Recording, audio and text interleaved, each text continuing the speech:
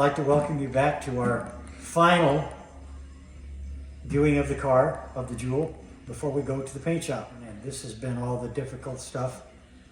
When we get back from the paint shop, all we need to do then is assemble and hope to God everything fits. That's been my major problem with the car, is the fit. This has not been like a normal car. As it was, the front end was heavily modified. As you can see in through here, that's been all welded together. And this was not the original hood.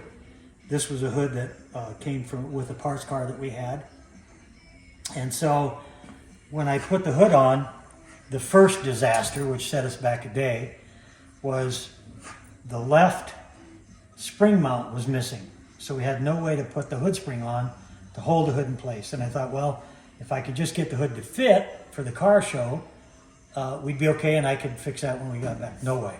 It's got to have the springs to make the thing fit. So I had to take it all back apart over there. It's underneath the fender, crawl up underneath there and weld in a whole new mount for that spring. And praise the Lord, when I got that all done, everything kind of fit, until I went to shut the hood, and the hood kind of came down at a funny angle. And then it dawned on me that the hood was too wide for the opening as we looked across it. Evidently, when they had built this front end, they had narrowed this hood up to make this fit, because that's what I had to do. I had to narrow it up about 3/4 of an inch to get it to fit down inside here and actually get a good line across the front to make it straight. When you see this on TV with the big shots, right? You know, they do this stuff. They modify the heck out of this stuff. They don't tell you that part. When they put it all together and it doesn't fit, then they start modifying things to make it work. You know, they'll add pieces here and they'll take off pieces here. Well, I discovered that's their secret, because I modified all this line in the hood to move this all over to make it fit. So enough of that. But anyway, everything works fine now. Everything looks. I've got to do a little primer work here before I can send this to the body shop. And I've got a little primer there, and I've got a couple spots here. So I've got a few small spots to fix. I have done a final sand over the whole car. Found a spot where somebody banged into it and chipped it, and I had to fix that. That's what happens when you let a car sit in the shop for a year and you don't get rolling on it. And so we are very, very close to getting that done. And if you want, I'd like to show you what it looks like underneath. Now that we get all that put together, it's coming real nice. We've got the motor all hooked up, got the wiring coming underneath the dash, still lacking the exhaust in the radiator, but we've got all the fuel lines and the transmission cooler, and the drive shaft's laying over on the floor over there, and it's done.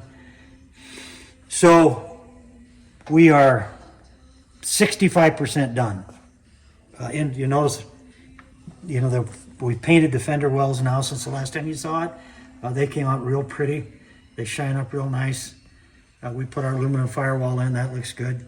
So this is where we're at, resurrecting the Jewel as we bring it back to life.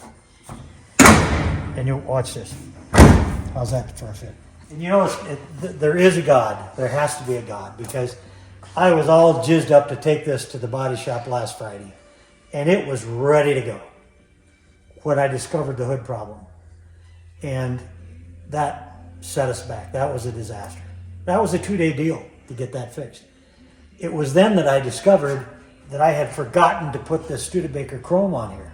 So if I would have went to the body shop and got this painted, I would have had a terrible mess putting that on there over that brand new paint. So God was smiling on me when he said, Napoli, slow down a little bit. Let's get this done right before you take it to the paint shop. So that's what we're doing right now. We're putting on this chrome, and we're not putting it on completely. What we're doing is we're laying it out. We're making everything fit. We'll mark this with a ballpoint pen, and then we'll drill the holes for the chrome to fit for the clips, and then we'll take it off. And the reason we're going to do that is because the paint guy, when he gets ready to paint, the whole car will be painted gold base. When he gets ready to paint, we'll mask this off, and this will be gold like it was when the Jewel was built.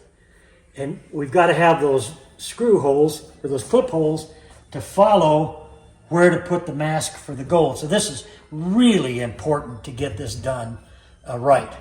And that's what we're working on right now. So then, once we get this gold on, once he gets it painted with the gold, then of course he can paint the red over the top of that and then clear the whole works. I found this very cool Sparkomatic 3-gauge panel set, which is what I really wanted. This was made back in the 70s, and I don't know where I got it, but it's still, everything still works and it fits in there real nice. And then of course we've got our regular gauges like this that go in here, which we've got to restore yet.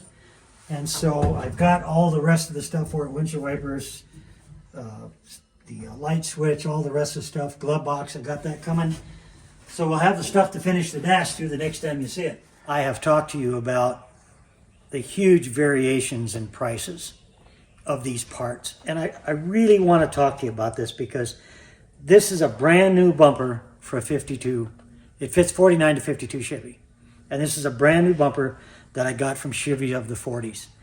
Now in my search, and Peggy Sue, our parts girl, who just a little saint the way she looks for parts, has been searching for this bumper, and she's the one that found this bumper.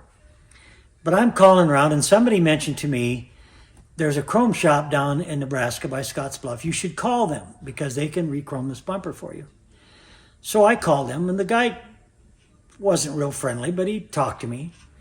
And he said, well, he said, you're just going to have to wait. We're 6 months behind. And I said, really? I said, wow, how do you get anything done? And he says, I got more work than I know what to do with. And I said, well, I'd like to get a bumper for a 52 Chevy re-chromed. He said, well, what's the deal? And I said, well, it's about 6.5 feet across, and it's about 5 inches wide. Weighs about 40 pounds, 50 pounds maybe. And he says, $1,250. Now remember that number, $1,250. So Peggy, God bless her soul, finds this brand spanking new bumper for $380 and $100 to ship it. That's $480. That's $700 different between a brand new chrome bumper and a re-chrome that may come out re-chromed good, or it may not. You don't know that. You don't know that's going to happen there. But that's what point I'm trying to make. This is so frustrating and so unbelievable that I'm going to say it one more time. I know you're sick of hearing me say it. Check your prices before you make a decision. Well, I'd like to thank you all again for paying attention to this video. I would like to say that I realize that I'm not exactly California Customs. I'm kind of an old school guy that's got an old school shop that does old school stuff, and I was hoping I could show you a few little tips and little stuff that you could use in your everyday life. And you're watching the resurrection of a car that was destined for death, and we're bringing it back to life. This is the last time you'll see it like this. We are not taking it apart ever again.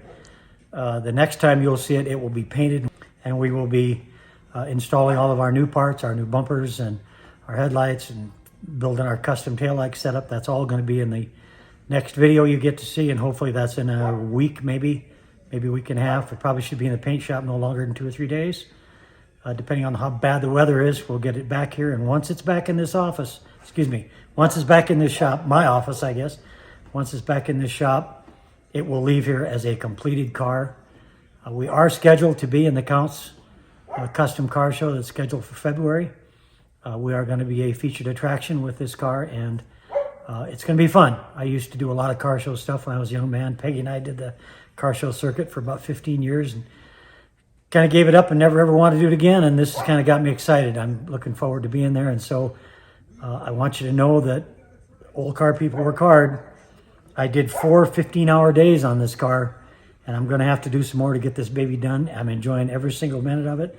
I hope you're enjoying the video, and hope you're getting something out of it you can use. See ya next time.